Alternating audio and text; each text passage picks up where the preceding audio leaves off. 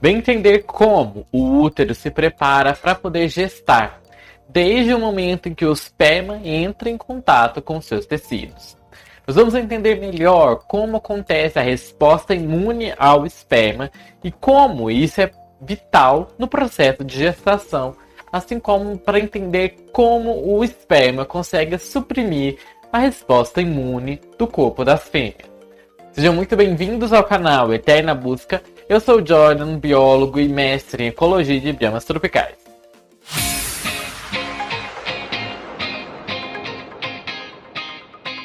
Alguns compostos presentes no esperma, presentes nos fluidos seminais humanos, como a prostaglandina E, podem suprimir localmente a resposta imune na região da vagina e do útero. Essa função pode estar relacionada ao conflito entre machos e fêmeas sobre o esperma.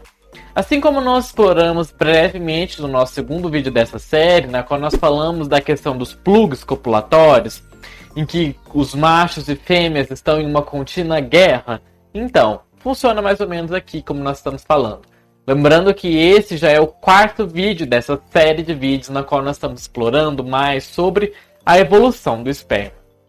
E eu vou deixar indicado todos esses vídeos que estarão linkados aqui nos cards dessa série de vídeos bem legal. À medida que a competição do esperma, devido à cópula com vários machos, leva a uma produção mais alta de espermatozoides, uma concentração maior de espermatozoides no esperma, as chances da polispermia também aumentam.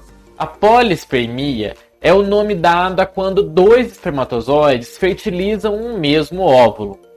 Para evitar que isso aconteça, as fêmeas precisam limitar o número de espermatozoides que chegam ao óvulo.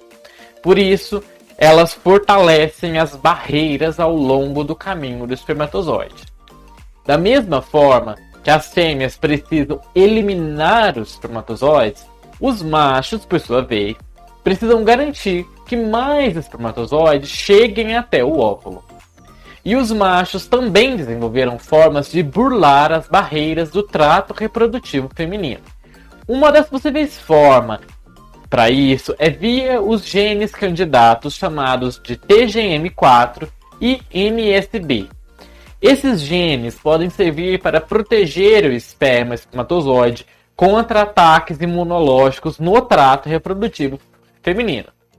Evidência sugere que ambos esses genes se ligam às superfícies dos espermatozoides. Tanto o gene TGM4 quanto o MSB são genes expressos em grande quantidade na próstata.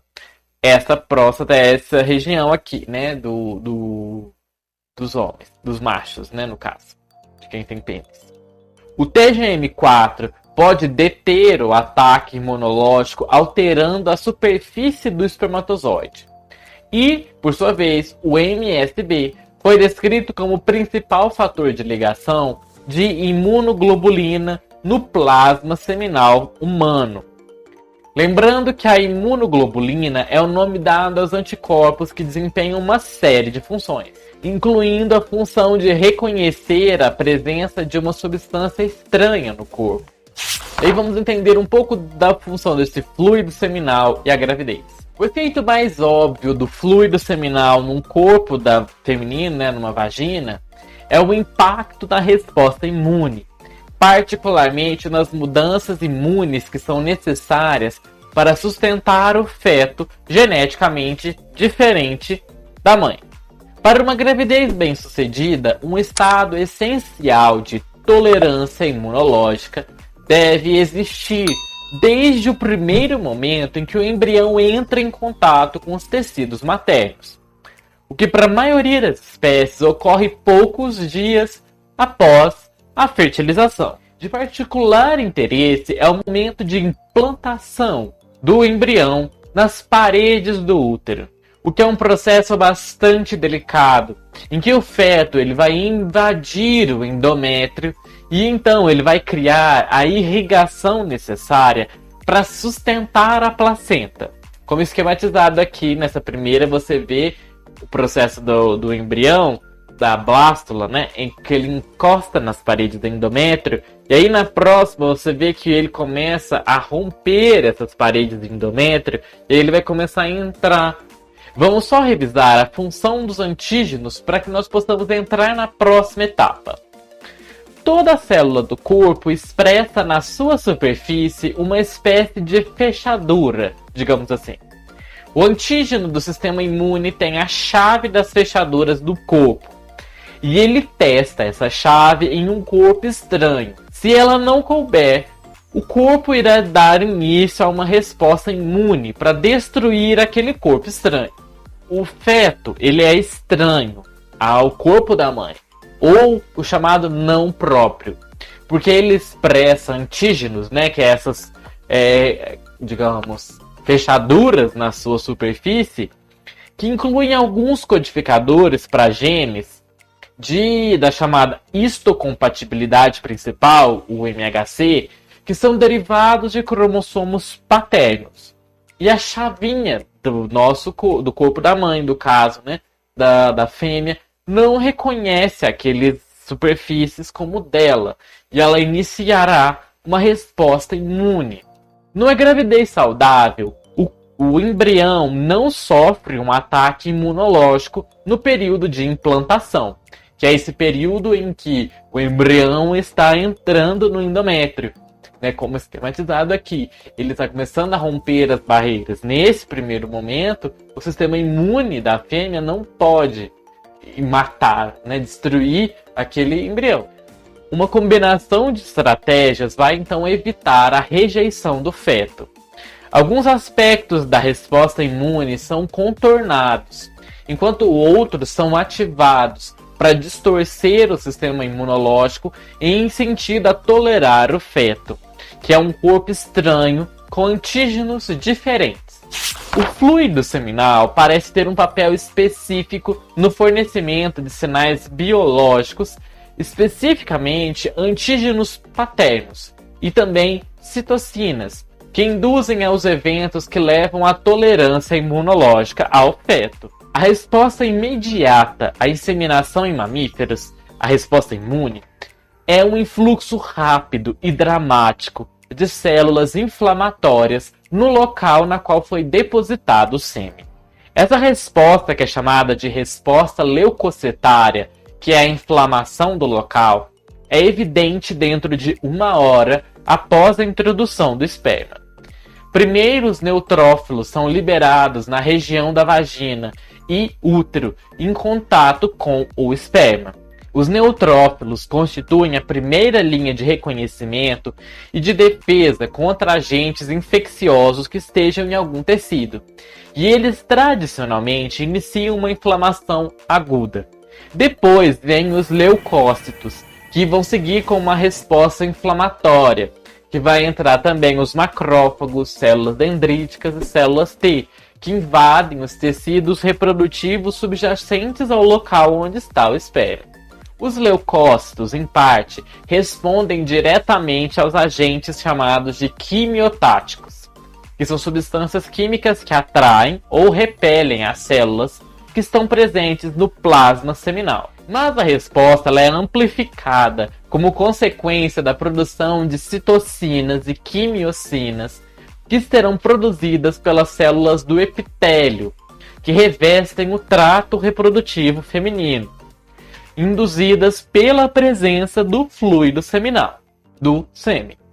As citocinas e quimiocinas, derivadas dessas células do epitélio do endométrio, por sua vez, fazem com que os leucócitos extravasem da corrente sanguínea e entrem nos tecidos reprodutivos. Essa reação, semelhante a uma inflamação ao sêmen, foi observada pela primeira vez em coelhos, mas desde então foi descrita em várias espécies. A resposta inflamatória ao fluido seminal tem papel central na eliminação do excesso de espermatozoides e de detritos seminais e promove a recuperação do estado estéril do trato reprodutivo após a introdução de micro-organismos presentes, né, no sêmen após o acasalamento. Porque lembram que além de espermatozoides, no líquido seminal também estão presentes bactérias e vírus? Então, o sistema imune precisa ter uma resposta eficiente. Uma vez cumprida essa função homeostática, há uma segunda etapa, e não menos importante, na adaptação imune, que influencia proativamente o trato feminino para promover o estabelecimento e progressão da gravidez. E aí entra o papel das células T. Para permitir a implantação, a resposta imune feminina ao feto não é desligada ou suprimida, mas as células imunes estão intimamente envolvidas na regulação da invasão das células do feto na implantação. Essa invasão que é o feto, né, que está aqui representado, essa bolinha, que ele tem esse processo que ele vai reconhecer as paredes aqui do endométrio, e aí ele vai começar a invadir o endométrio do útero. Então eles começam a liberar alguns sinais que vão ser reconhecidos, e aí começa o processo todo de aproximação e liberação de compostos que vão ser reconhecidos também pelas células T. Um elemento chave dessa tolerância imunológica ativa é o envolvimento dos linfócitos T especiais, conhecido como células T reguladoras, as células TREG. Estudos em modelo de camundongos mostram que as células TREG são induzidas a se proliferar e em seguida elas são recrutadas para o útero antes da implantação do embrião.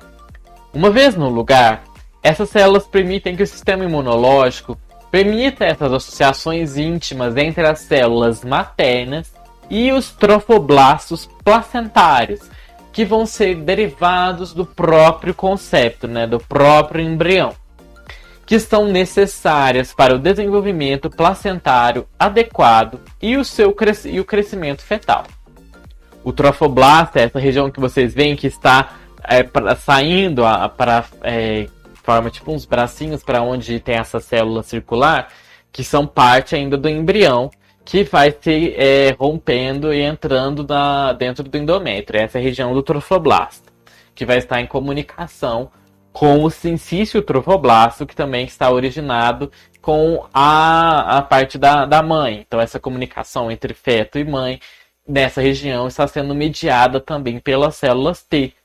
As células TREG funcionam como supressores potentes da inflamação e da imunidade mediada por células. Elas são críticos para a prevenção da rejeição imune através de uma variedade de mecanismos, geralmente envolvendo a supressão da produção de citocinas e a função efetora, que é a função de destruir micro-organismos nas células T, nas células B e nas células NK, além das células dendríticas e macrófagas. A incompatibilidade genética, particularmente nos genes de MHC, serve para aumentar o número de células T no local da implantação. Isso estimula a probabilidade de uma gravidez saudável e beneficia também o crescimento fetal. Em camundongos, acasalando com animais de MHCs diferentes, resultam em ninhadas maiores e com fetos mais pesados. Lembra que nós já conversamos aqui antes sobre a função do MHC, que é o complexo de histocompatibilidade principal, e a sua função na atração e reprodução, principalmente na percepção dos cheiros? Eu vou deixar indicado aqui esse vídeo, ficou bem legal, porque nós falamos um pouco sobre como que nós podemos perceber a nossa compatibilidade genética com um crush, somente sentindo o cheiro dele. Então confere lá, que ficou bem legal. Um papel crucial para o fluido seminal na preparação para a implantação do embrião é através do fornecimento de antígenos e de citocinas, que estimulam essa expansão da população de células TREGs no endométrio.